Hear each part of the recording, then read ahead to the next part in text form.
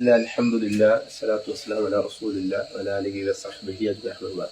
സഹോദരങ്ങളെ, അല്ലാഹു സുബ്ഹാനഹു വ തആലയെ മാത്രം ആരാധിക്കാൻ കൽപ്പിക്കപ്പെട്ട ഒരു മുസ്ലിം അവന്റെ ഇബാദത്തുകളെല്ലാം അള്ളാഹുവോട് മാത്രം കൊടുക്കേണ്ട ബാധ്യതയാണ് ഒരു മുസ്ലിമിനുള്ളത്.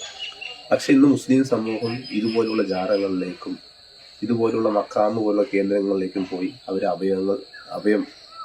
അഭയം കൊള്ളുന്നു.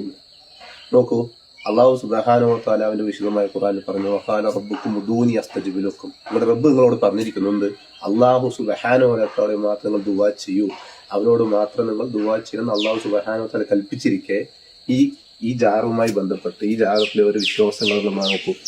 ഇതുപോലുള്ള ഏടുകൾ അള്ളാഹു സുബ്ഹാനഹു വ തആലയോട് അല്ലാതെ ദുആ ചെയ്യാനും അതുപോലുള്ള ഇബാദത്ത് ചെയ്യാനുമുള്ള ഇതുപോലുള്ള കിതാബുകളും ഇതുപോലുള്ള ഇബാദത്തുകളും ഇവർ ഒരുക്കി വെച്ചിരിക്കുന്നു.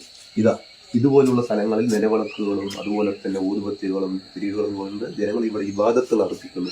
ഇങ്ങനെ ഒരു ഇബാദത്ത് ദീനുൽ ഇസ്ലാമിൽ എവിടെയാണുള്ളത്?